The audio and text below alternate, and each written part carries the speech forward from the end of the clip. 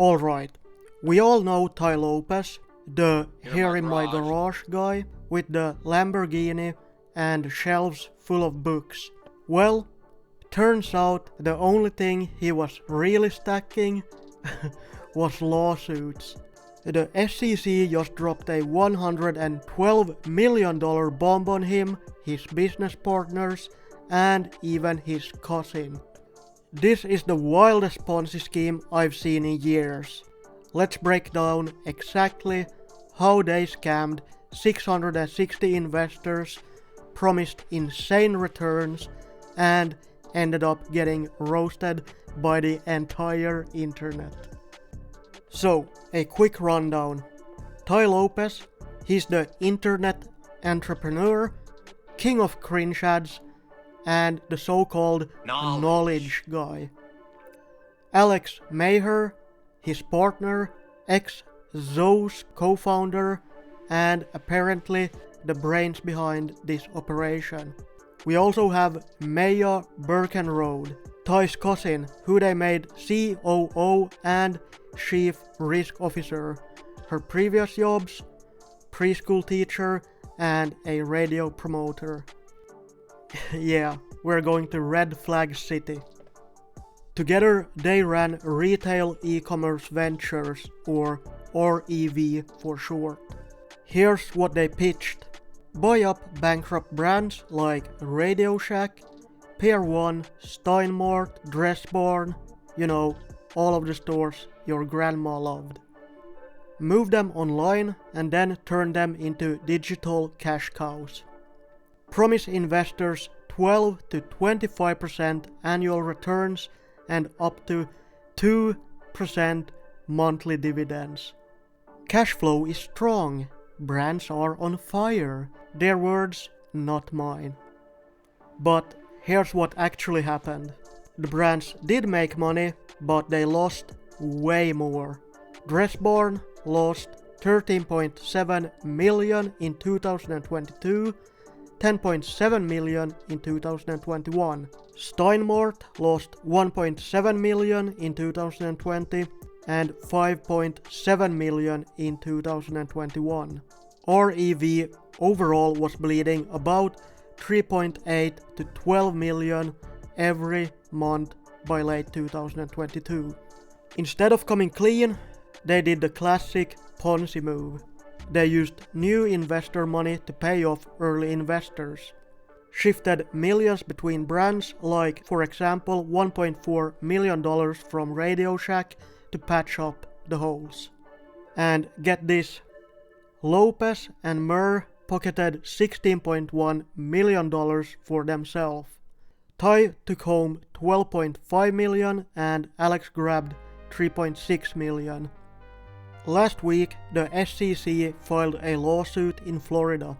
They're accusing Tai, Alex, and Mehr of straight-up fraud, lying to investors, and running a Ponzi scheme. Citing violations of Securities Act of 1933 and the Exchange Act of 1934. What do they want? A permanent ban from securities industry, no more running public companies, pay back all the dirty money plus interest, and of course big civil penalties. Oh, and they also want a jury trial, so this is going to get spicy. The internet is of course loving this right now. Viral tweets from Guru Leaks, SEC charges Tai Lopez and Alex Mehr with $112 million Ponzi scheme. Charles Floate roasted them. They raised $112 million, never made profits, ran a Ponzi, spent $16 million on yachts and luxury. Andrew Wilkinson? Wow, nobody could have seen this coming. Co-founder Nick? Shocked that 660 investors put $350,000 each, and that Meier's resume was basically completely made up. Level Sayo, what's the point of $230 million if your reputation is ruined? The media is of course piling on too. Mashable, AOL, BizNow, Defector, and TubeFilter, everyone's dunking on how these bankrupt mall brands were hyped as the next big thing. The timeline is freaking wild, dude. So from 2019 to 2020, ORV launches and starts snapping up dying brands.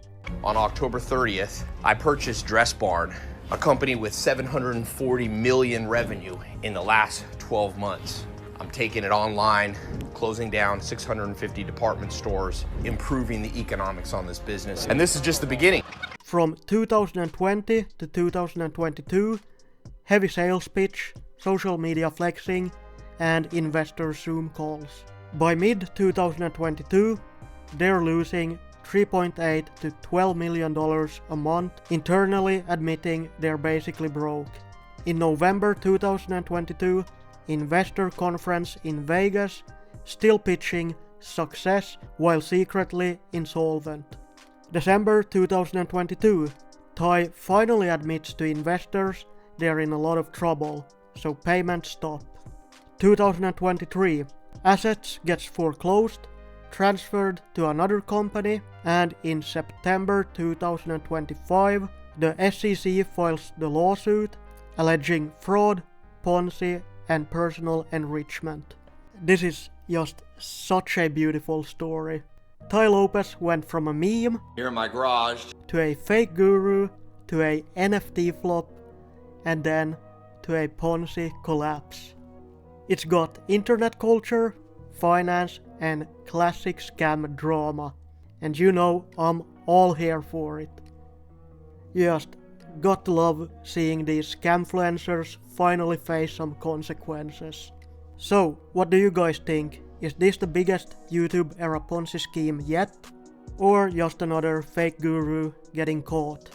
Drop your thoughts in the comments. If you want more deep dives into crypto and scam stories, hit that subscribe button and perhaps even like the video, that would be nice.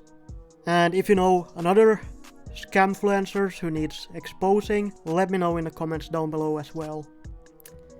That's pretty much it. Thank you all for watching. Crypto Holger out.